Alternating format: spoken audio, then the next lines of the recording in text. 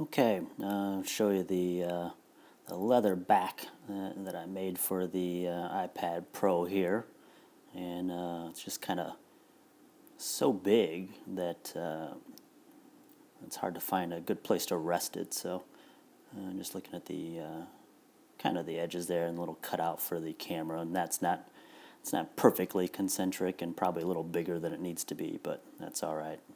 And there you can see where I've tried to stamp my name in the back, but not entirely successful. I think that leather is maybe a little bit soft for those purposes.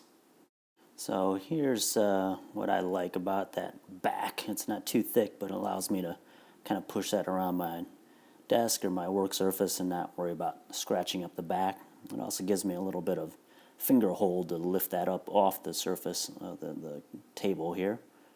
And I don't know if I can really do it one-handed, but just makes it a little bit easier to pick up. Now the leather I used is some, I think, inexpensive remnant stuff that I picked up off of Amazon. You can see a little sample of it there. And I was going to originally use it as a notebook cover, but I think it's just a bit soft for that purpose. And I use this 3M Super 77 spray glue to stick it onto the back of the iPad.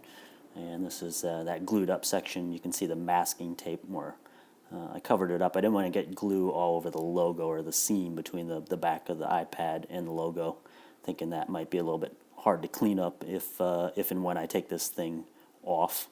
And you can see here the masking tape off there just before I'm about to stick this to the back of the iPad. And I actually think this stuff is probably too aggressive for what I want it to use it for. It was I want it to be removable at some point. This stuff's probably a little bit too permanent for that, but it's what I had available at the moment. And kind of as a resolution, I let this stuff dry up quite a bit. So normally I'd give it a few seconds to a few minutes to dry up after you spray it and let it get tacky before you apply it. I actually gave it more than 15 minutes to dry up, so it was less sticky, less tacky, and it seemed to adhere nicely.